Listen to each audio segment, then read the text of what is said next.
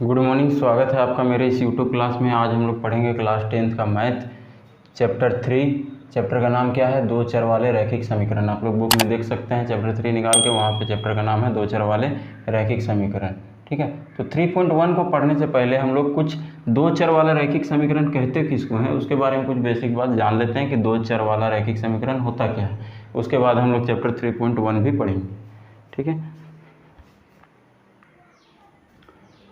चलिए, तो आप लोग को समझने के लिए आसानी हो इसीलिए हम क्या किए हैं तो कि सब वर्ड का मतलब यहाँ पे लिख दिए हैं। जैसे दो चर होने के लिए क्या क्या जरूरी है? ए से लेकर जेड तक का कोई भी दो वर्ड वहाँ पे दिखना चाहिए। जो भी बहुपद लिखा हुआ रहेगा वहाँ पे ए से लेकर जेड तक का कोई भी दो वर्ड दिखना चाहिए। जैसे एक्स, वाई, जेड, ये सब में से कोई भी दो दिखना चाहिए। ठीक है, ये सब क्या है? चर है। दूसरा, रैखिक होने के लिए क्या होना पड़ता है बहुपद को? चरों का अधिकतम घात 1 हो। ठीक है, अब इस सब का मतलब समझाएंगे। और समीकरण बनने के लिए क्या, ये समीकरण का मतलब क्या है कि वहाँ पे इक्वल टू का साइन दिखना चाहिए। जैसे देखिए एग्जाम्पल से समझ में आ जाएगा आप लोग को। 2x + 3y - 4 = 0। ये एक हम कोई भी बहुपद लिख दिए। ठीक है, ये देखिए बहुपद है, एक पद, दो पद, तीन पद, तो ये दो पद से ज़्यादा है तो बहुपद हो गया। ठीक है, तो ये बहुपद को देखिए, बहुपद में देखिए दो चर नज़र आ रहा है। ए से लेकर जेड तक का कोई भी दो वर्ड होना चाहिए। तो देखिए एक्स और वाई दो ही वर्ड है, दो से ज़्यादा नहीं है। तो ये क्या हो गया? दो चर बन गया। रैखिक होने के लिए क्या बोले हैं कि पावर क्या होना चाहिए? 1 होना चाहिए। चर का जो पावर है वो 1 होना चाहिए। तो देखिए यहाँ पे चर का पावर क्या है? कुछ नहीं है तो 1 है। यहाँ पे चर का पावर क्या है? कुछ नहीं तो 1 है। तो यहाँ पे 1 है चर का पावर, तो ये हो गया क्या? रैखिक भी हो गया। ठीक है, दो चर वाला रैखिक बन गया। अब समीकरण बनने के लिए इक्वल टू का साइन होना चाहिए। तो देखिए यहाँ पे इक्वल टू का साइन दिख रहा है, =0।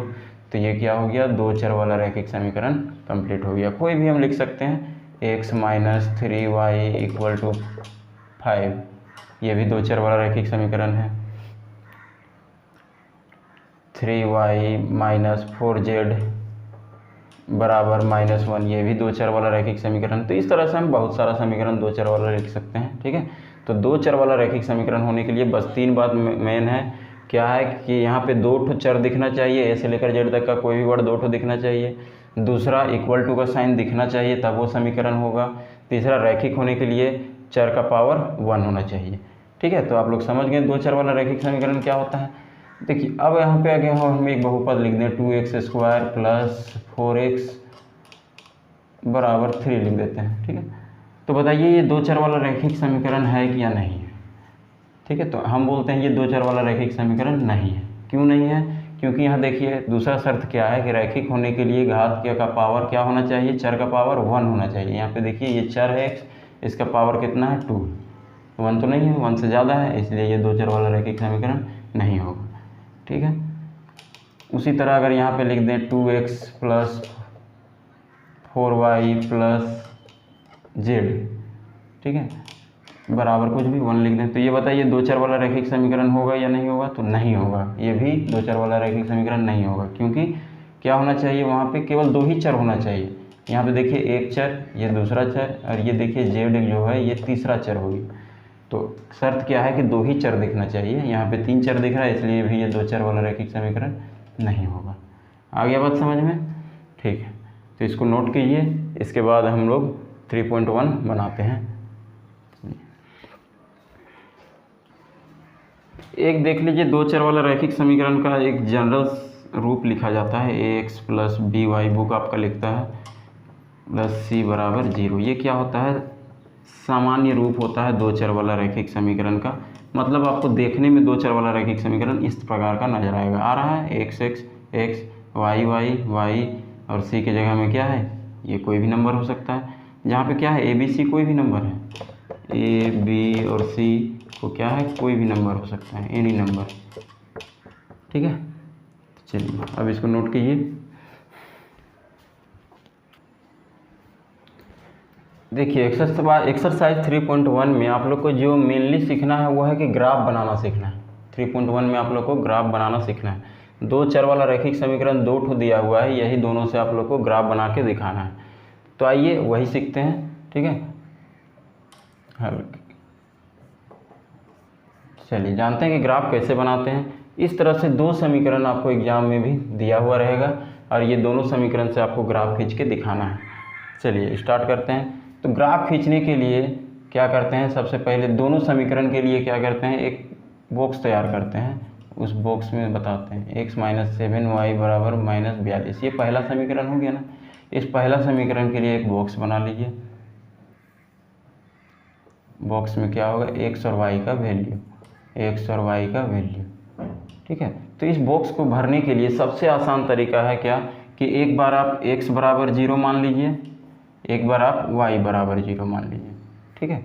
एक बार x बराबर 0 मान लेते हैं, उसमें सॉल्व करते हैं और फिर जो y आएगा वो यहाँ है। चलिए x - 7y बराबर -42, यही ना है समीकरण। तो x की जगह हम क्या रखने बोल रहे हैं, 0, ठीक है। x बराबर 0 आप खुद से रख दीजिए। तो क्या होगा, 7y बराबर -42, तो ये क्या होगा, -7y बराबर -42 बचेगा। 0 लिखना जरूरी नहीं, माइनस माइनस कट गया, 7 का 7, 7 छके 42, तो y बराबर क्या आ गया, 6, ठीक है। यानी x बराबर जब हम 0 लिए तो y कितना आ गया, 6। एक बॉक्स भर गया। दूसरा बॉक्स भरने के लिए फिर अब क्या करते हैं, अब y बराबर 0 ले लेते हैं। समीकरण क्या है, x - 7y बराबर -42, यही ना समीकरण है। तो अब क्या करते हैं, y बराबर 0, तो x तो रहेगा ही, 7, y की जगह हम क्या लिख देंगे, 0 बराबर -42। तो ये है x माइनस, ये क्या हो गया, 0 बराबर -42। कहने का मतलब x बराबर क्या आ गया, -42। तो जब y 0 लिए तो x कितना आ गया, -42।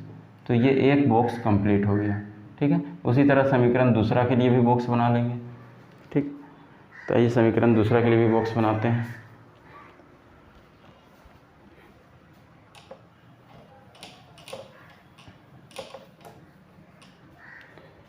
समीकरण दूसरा क्या है, x - 3y बराबर 6, ये समीकरण 2 है।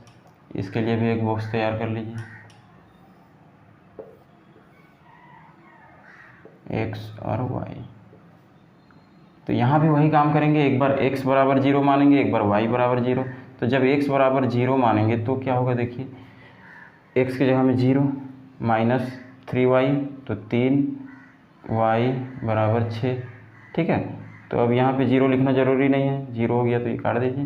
तो 3 का 3, 3 दूना 6, यानी y बराबर क्या आ गया, y बराबर क्या आ गया आपका, -2। यानी x जब 0 लिए तो y कितना आ गया, -2। छोटा सा कैलकुलेशन है, समझ में आ ही रहा होगा आप लोग को। अब एक बार क्या कीजिए, वो x बराबर 0 मान लिए, बॉक्स भर दिए। अब एक बार y बराबर 0 मान लीजिए, y बराबर 0, तो y बराबर 0 मानेंगे तो क्या होगा, x - 3 गुना 0, ये पूरा 0 हो जाएगा, बराबर 6। यानी x बराबर क्या आ गया, 6, x बराबर 6 आ गया जब y हम 0 माने, ठीक। तो इस तरह से बॉक्स आपको भर लेना है। सबसे आसान तरीका यही है कि एक बार आप x बराबर 0 मानिए, एक बार y बराबर 0 मानिए, तुरंत कैलकुलेट हो जाएगा और बॉक्स भरा जाएगा। वो रफ काम है। तो इस तरह से बॉक्स आपको दिखा देना। उसके बाद आपका मेन काम क्या है, ग्राफ बनाना। तो ग्राफ बनाने के लिए आपको इस तरह से 2 लाइन खींच लेना है। इसको क्या बोलते हैं, एक्स अक्ष, ये तो पता ही आपको होगा, वाई अक्ष, ठीक है। ये सब आप लोग पिछले क्लास से ही बना रहे होंगे। तो ग्राफ के लिए ये 2 लाइन हम खींच दिए। अब देखिए यहाँ पे पॉइंट हमको ऐसे वैल्यू लेंगे। यहाँ पे देख मिनिमम कितना है, 2, और मैक्सिमम कितना है, 42। मिनिमम 2 है और 42, मतलब 2 से स्टार्ट करके हमको 42 तक पहुँचना है। तो कितना कितना का हम यहाँ पे इंटरवल लें, यहाँ सेम सेम डिस्टेंस लेना पड़ता है। तो देखिए अगर हम 6 का लेते हैं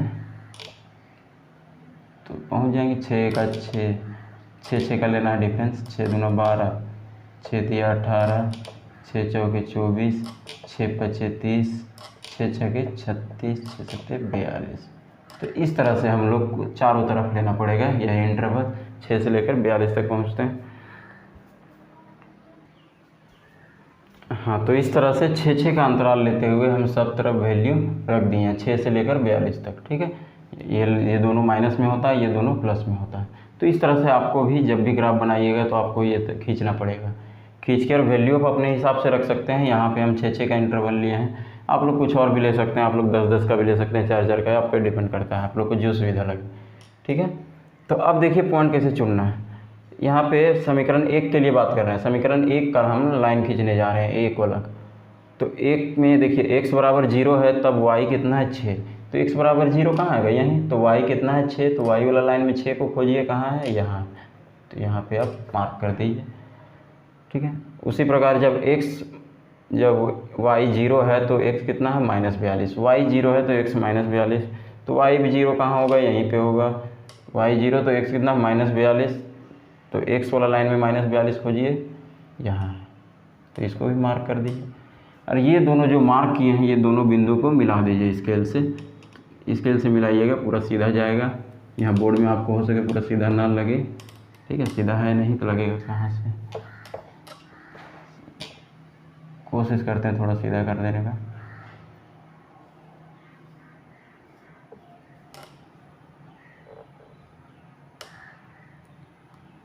ठीक है, तो समझ लीजिए ये क्या है, स्केल से खींचिएगा तो ये पूरा सीधा खिंचाएगा। तो ये हमारा ये समीकरण 1 है, इसका नाम क्या दे देते हैं, x - 7y बराबर -42, समीकरण 1, ठीक है। तो ये समीकरण 1 का लाइन हम खींच लिए।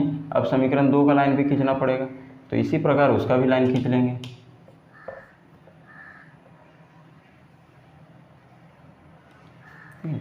देखिए अब दूसरा वाला लाइन खींचने जा रहे हैं।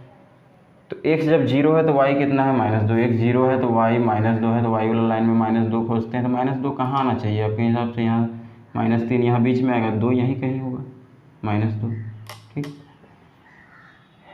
y जब 0 है तो x 6, देखिए y जब 0 है तो x 6, दूसरा बिंदु लेने के लिए y जब 0 है तो x 6, तो x 6 कहाँ है यहाँ, तो ये दोनों बिंदुओं को मिलाते हुए भी एक लाइन खींच देना है इस तरह से, ठीक। तो इसको आगे बढ़ा दीजिए, इसको भी आगे बढ़ा दीजिए, ये हो गया दूसरा का लाइन। इसका नाम लिख दें x - 3y बराबर 6। तो ये ग्राफ बन के कम्प्लीट हो गया हमारा। तो इस तरीक़े से ग्राफ बनाना है, बहुत ही आसान है ग्राफ बनाना। आप लोग स्केल से खींचिएगा तो आप लोग का सीधा बिल्कुल लाइन रहेगा, ठीक है। तो ये हो गया हमारा ग्राफ कंप्लीट। तो इस तरह से आप किसी भी 2 समीकरण दिया हुआ रहेगा, आप दोनों समीकरण से आप लोग ग्राफ बना सकते हैं, बहुत आसान है। मेन जो इसमें काम होता है वो होता है बॉक्स बनाना। बॉक्स बन गया उसके बाद ये खींचना तो कुछ है ही नहीं, ठीक है। तो ये हमारा ग्राफ बन के कम्प्लीट हो गया। उम्मीद है आप लोग को समझ में आया होगा।